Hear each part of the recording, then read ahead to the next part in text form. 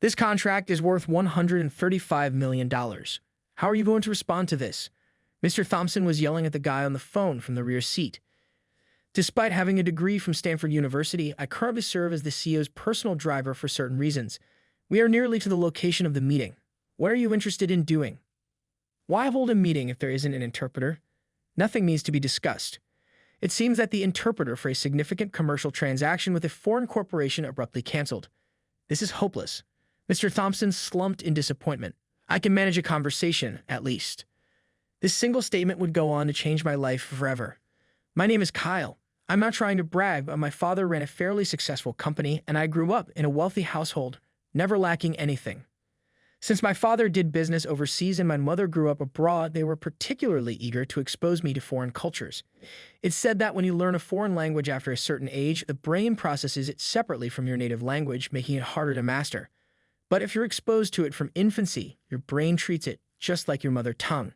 Because of that belief, my babysitter was a native English speaker, and I attended an international preschool.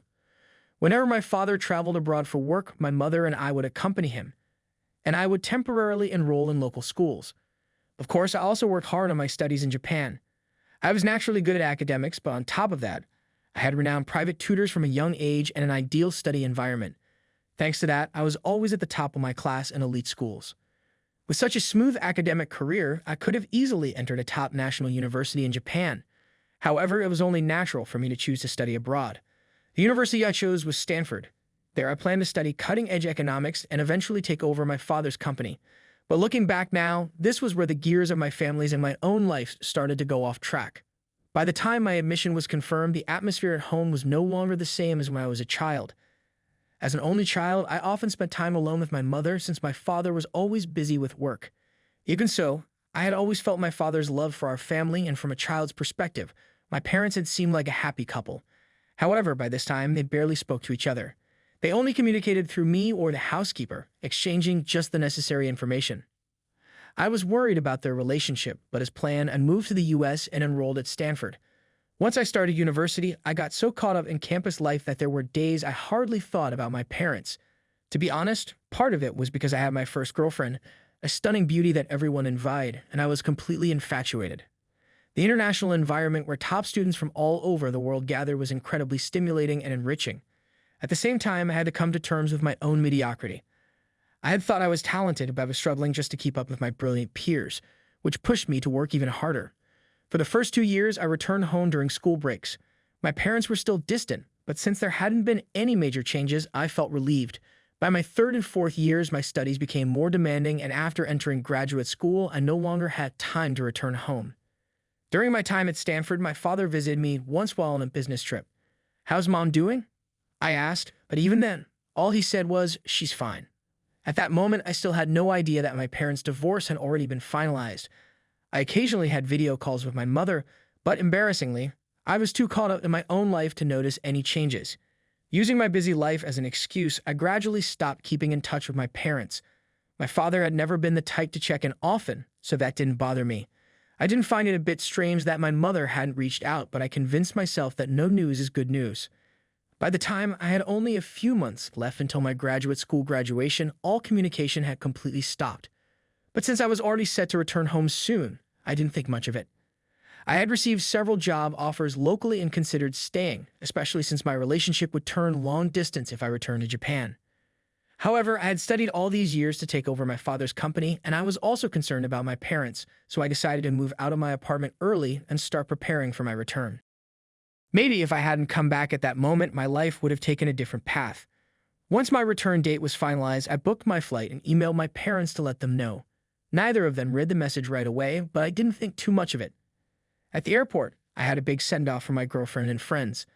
I was also busy messaging my friends in Japan, making plans to meet up, so I barely paid attention to the unread messages from my parents as I boarded my flight home. After landing in Japan, I immediately caught a taxi and headed straight to my family home. It was around dusk, the lights of passing buildings and street lamps had just started to flicker on. As I gazed out the window, nostalgia washed over me at the sight of my home country. What the hell? I stood frozen in front of the mansion where I had once lived. The house was completely dark with no lights on. The once pristine garden I was so proud of was overgrown with weeds left to decay. I walked around to the back of the house, but there wasn't a single lit room. I headed back to the main entrance. What caught my eye was the sign on the gate that read "For Sale." Below was the name of a real estate management company and their contact number. Panic rising in my chest, I immediately called my parents, but neither of them answered. My father's phone was disconnected, and my mother's phone was out of service range. I quickly called the management company. They told me that the house had been put up for sale several months ago. They'd refused to disclose any further details due to privacy policies. What the hell happened? Fearing the worst, I called my father's company. Keith, my father's longtime right-hand man, answered. He had been with the company since I was a child. Come to the office immediately. I'll explain everything, he said, his voice tense. Finally, I had someone familiar to talk to, someone who could tell me what happened to my parents. Relieved, I failed to notice the strange tone in Keith's voice. Rushing to the company, I saw him waiting for me at the entrance. Before I could speak to him, a police officer standing nearby stepped forward. We have some questions about your father. Where are my parents? Were they in an accident? Let's discuss this at the police station.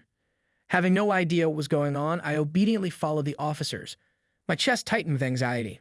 Was it an accident? A crime? What was happening?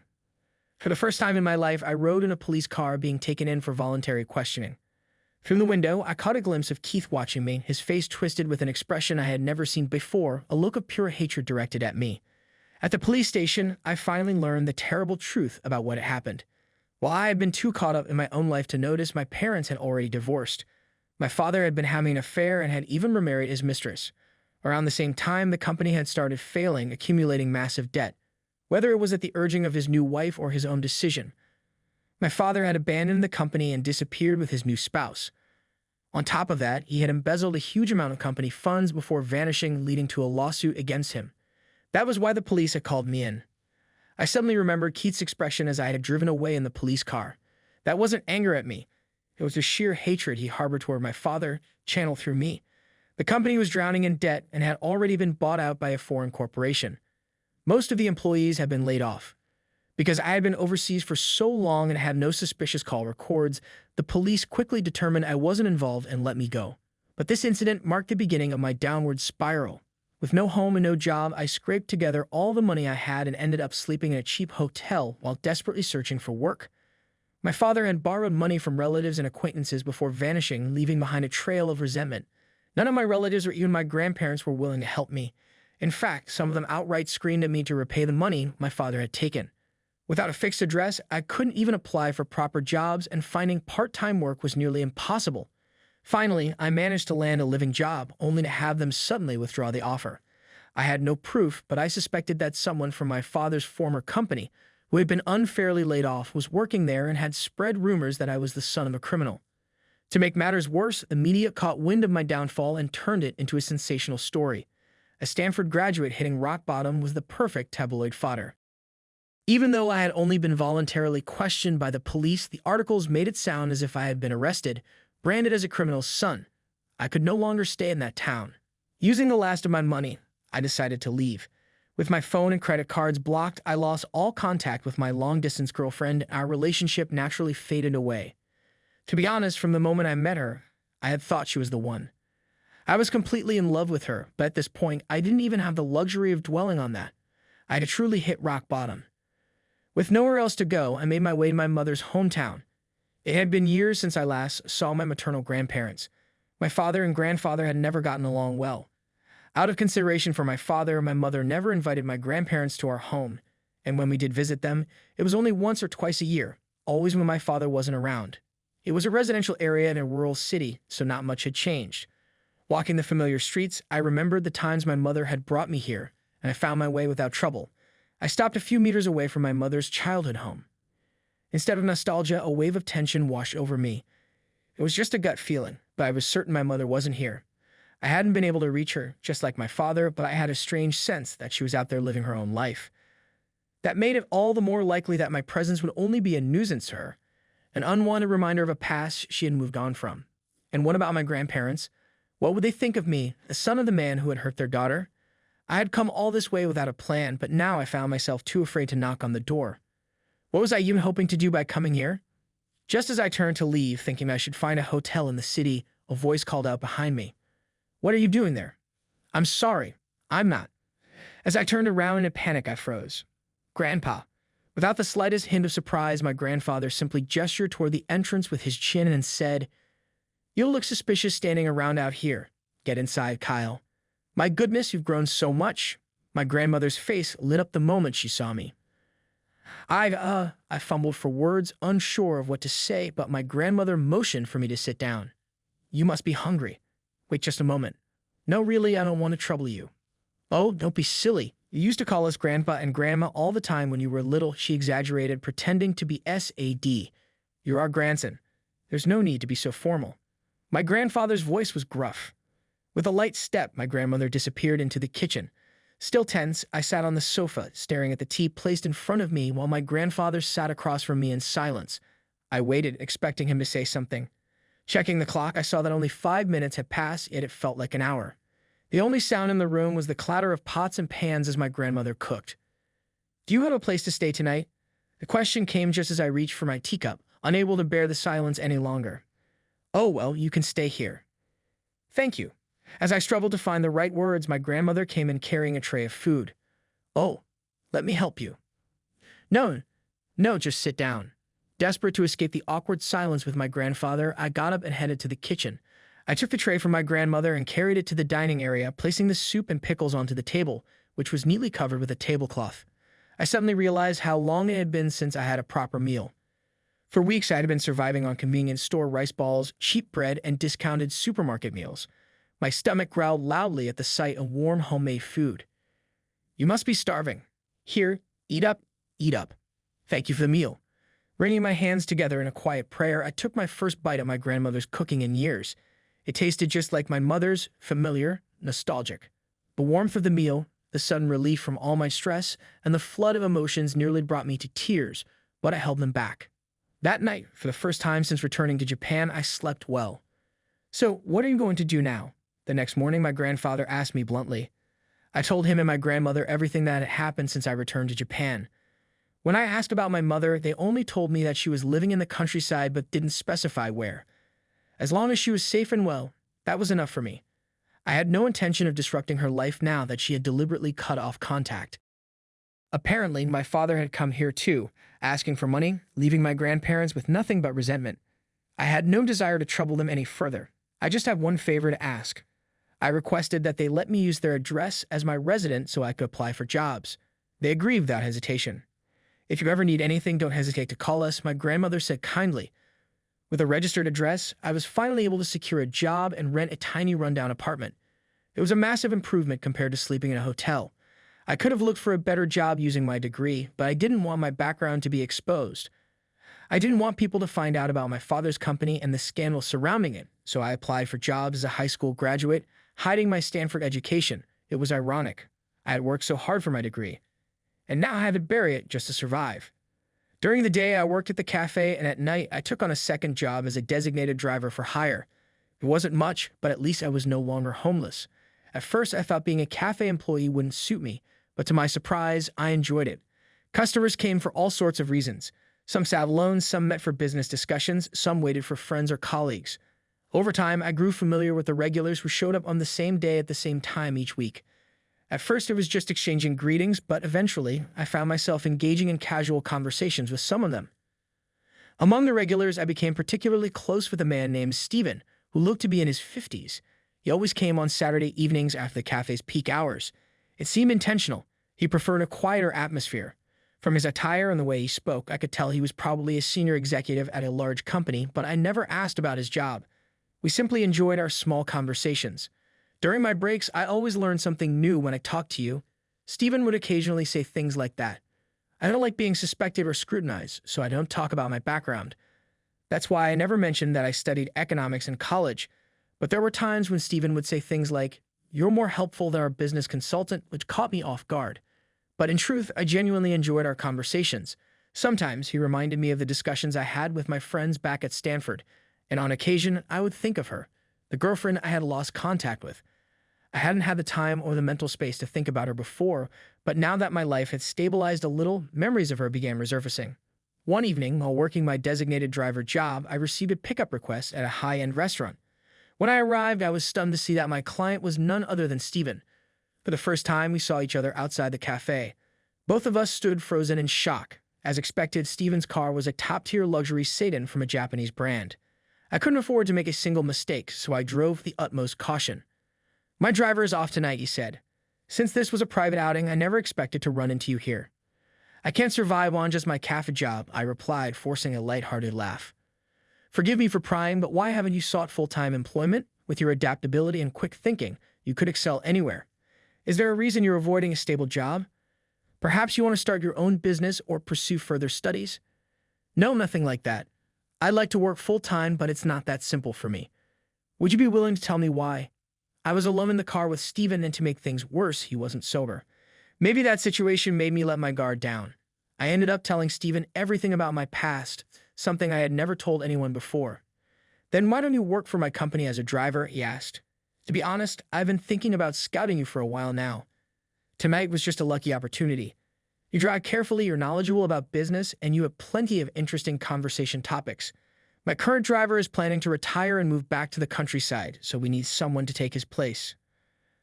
"Are you sure I'm the right person for the job?" "Of course, I want you on board." "Thank you. I'd be honored." There was no reason to refuse. At that point, I just needed stable full-time work. Anywhere would do. As he stepped out of the car, Steven handed me his business card. "Come to this address at 2 p.m. the day after tomorrow. We'll go through a formal interview and handle your hiring paperwork." At the appointed time, I went to the company and officially secured a job. Then, 5 years later, I had been working as a driver for Steven, now formally known to me as Mr. Thompson, the CEO. Since then, I still vividly remember the shock of looking at his business card for the first time. Steven wasn't just any executive. He was the CEO of a major corporation. As a company driver, I didn't just chauffeur Mr. Thompson. I also occasionally drove other executives. When I wasn't on the road, I spent my time cleaning and maintaining the company vehicles. Since Mr. Thompson himself had appointed me, no one openly questioned my employment, but one person in particular, Kenneth, the company's managing director, clearly resented me. "I heard you were just a high school graduate working dead-end jobs. You know you're the only high school graduate in this company, right? Your father was a criminal, wasn't he? Maybe you were in on it too." I wasn't sure how much he actually knew about my past, but he made no effort to hide his hostility. "What my father did has nothing to do with me." "Who knows? You seem to have gotten in good with Mr. Thompson, but I can't feel it. He's knowing someone like you is lurking around the company." "What exactly are you implying?" "Like father, like son. A thief's kid is a thief too. The fact that Mr. Thompson hired you shows poor judgment on his part." "I am not a thief, and don't insult Mr. Thompson. It's that attitude of yours that pisses me off. Every time I drove Kenneth somewhere, it was the same. Over time, I got used to it and stopped letting it get to me." "Is Kenneth still giving you trouble?" During a drive to an important meeting, Mr. Thompson asked with concern. I just smiled vaguely and changed the subject. "I've gotten used to it. More importantly, today's deal is a big one, isn't it?" "That's right. If everything goes through, it'll be a $135 million deal. But we're not the only ones after this. Our rival company is competing for it too. We absolutely can't afford to mess up this presentation. That's why I've arranged for an interpreter to make sure there are no misunderstandings in communication." "So the client isn't from an English-speaking country?" I hadn't meant anything by the comment, but Mr. Thompson suddenly latched onto it.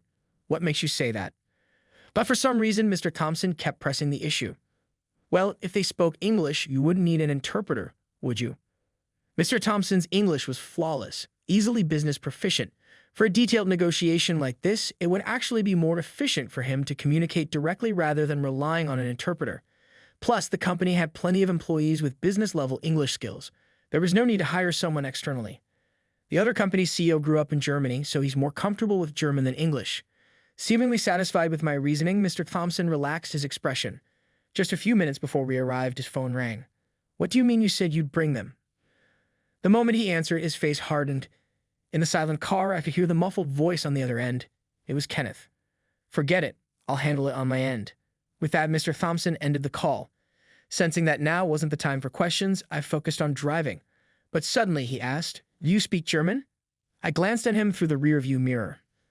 I can manage a conversation, at least. I had been to Germany multiple times, and during my time at Stanford, I had several close German classmates. Their faces briefly flashed through my mind. "Then I need you to act as the interpreter." "Me?" "Yes, I'm counting on you." I wanted to ask more, but we had already arrived at the hotel for the meeting. After handing the car off to the valet, I followed Mr. Thompson inside. Kenneth was already waiting in the lobby. The moment he spotted me, he frowned in displeasure. "This is an important deal. You should wait in the parking lot as usual." "No, he'll be joining us as the interpreter today." Kenneth widened his eyes in disbelief at Mr. Thompson's words. "Are you serious? There's no way a high school graduate with a criminal father can handle such a role." When Kenneth told Mr. Thompson that in a calm, instructive tone, he glared at me. "And you? What the hell do you think you're doing here? Know your place. Just because you're Mr. Thompson's favorite doesn't mean you can get ahead of yourself. If you feel that strongly, you're welcome to sit this one out." As Kenneth hurled insults at me in a furious rage, Mr. Thompson firmly cut him off. Kenneth finally fell silent, though his face remained twisted in frustration as he stomped off. A hotel staff member escorted us to a private dining room in the restaurant. Not long after we were seated, the clients arrived. At the sound of a knock, I stood to greet them. "Sorry to keep you waiting." The moment the blonde woman entered the room and saw me, her eyes lit up in shock. "Wow, I've been looking for you." Before I could react, she rushed forward and threw her arms around me. Stunned, everyone in the room, Mr. Thompson, Kenneth, and even the executives from the other company, just stared in disbelief. "Amelia," I said as I spoke her name. She finally let go of me. "I'm so glad I found you, Kyle." The CEO sitting across from us was none other than Amelia, the woman I had dated back at Stanford. She was half German, half American. After I returned to Japan and lost all means of contact, our relationship had faded into nothingness. Or so I thought. I never imagined that she had actually been searching for me all this time. I was at a loss for words. What the hell is going on? Kenneth's irritated voice snapped me back to reality. This wasn't the time to be overwhelmed by emotions. This was an important business meeting. Regaining my composure, I shifted my focus back to the deal. The negotiations proceeded primarily in German as I translated. I noticed Kenneth's face twitch in shock. "You've got to be kidding me. He can actually interpret," I heard Kenneth mutter under his breath, clearly frustrated. It must have slipped out unintentionally, but he had missed it. "Of course. Kyle and I were classmates at Stanford," she said, looking at Kenneth with mild exasperation. "Stanford? You're joking, right? This guy's just a high school graduate." Kenneth looked utterly dumbfounded, unable to finish his sentence as he pointed at me. "I see. That makes sense. I knew I had a good eye for talent," Mr. Thompson said with a satisfied nod in my direction. From that moment on, Kenneth stopped talking, staring down at the table in silence. The business negotiations proceeded smoothly, and we even had time to enjoy the fine cuisine. "I heard that your company has also been approached by our competitors. When can we expect a final decision on which partner you'll choose?" Amelia's company had come to Japan to find a business partner. Both our company and a rival firm had stepped forward as candidates. "We would greatly appreciate both the $135 million contract and our future partnership. We look forward to working with you." With that, Amelia stood up and extended her hand to Mr. Thompson. They shook hands, and it was agreed that the official contract would be signed at a later date. "Wait a moment.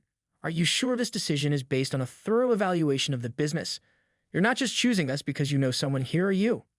Kenneth, who had been sitting silently with his head down, suddenly spoke up. "What are you trying to say?" It was likely the question everyone else in the room was thinking. Even if personal connections played a role, anyone in his position would usually be thrilled to land such a massive deal, and yet he was the only one openly questioning it. Sensing something was off, Amelia's expression hardened. "Signing a $135 million contract just because you have a friend? That's quite the insult to our judgment. Or perhaps, Kenneth, is there some reason you don't want this deal to go through?" "No, that's not what I meant. For example, did you make a deal with your competitors? Maybe promising to help them secure the contract in exchange for a nice reward?" Kenneth's face turned pale. He stammered, trying to come up with an excuse, but his words were barely coherent. "I'd like to hear more about that," Amelia said, her sharp gaze locking onto Kenneth as she gave him a cold smile. Unable to bear it any longer, Kenneth confessed everything. He had been approached by the rival company with an offer to become their vice CEO. There was a condition, though. He had to sabotage our company from the inside to put us at a disadvantage. That's why Kenneth came up with a scheme and lied about the interpreter canceling at the last minute. Amelia, who had been staying at the hotel since the day before, returned from her room shortly before the meeting and saw an older man at the front desk kicking a German guest out of the hotel. Curious, she had stopped to ask the man what was going on. He had told her I was supposed to be the interpreter for today's meeting, but that man suddenly ordered me to leave. At the time, she didn't understand the significance of the incident, but when she arrived at the negotiation room and recognized Kenneth as the same man from the hotel lobby, she realized something was off. Confronted with her direct question, "Why did you send the interpreter away?" Kenneth turned deathly pale. Under pressure, he admitted everything. Apparently, the rival company had been struggling financially for some time, and they approached Kenneth in a desperate attempt to secure this contract. In the end, not only did Kenneth lose his chance at the vice CEO position, but he was also swiftly dismissed at the next shareholders' meeting and forced out of the company. Rumors of his misconduct spread quickly among the employees, most of whom had already disliked him, and of course the media didn't ignore the scandal. Unlike in my case, everything written here is true, so there's no room for sympathy. In my case, I continued to drive Mr. Thompson personally even after being elevated from company driver to the executive secretary's office. I eventually told Amelia the whole tale of what had happened since I got back to Japan after everything that had happened. Ever since we lost communication, she had been searching for me. I had believed that I was alone and had no one to turn to. In fact, there had been someone looking for me, considering me, and wishing to get back in touch. I felt as though I had been spared just by knowing that. After resuming our dating, we made the decision to tie the knot. Despite my parents' abandonment, I had no animosity toward them because I had spent the majority of my life in luxury and pleasure. She would, however, be the one to fill the vacuum left by the loneliness I had carried for so long. I also hope that the time will come when I may present her to my mother.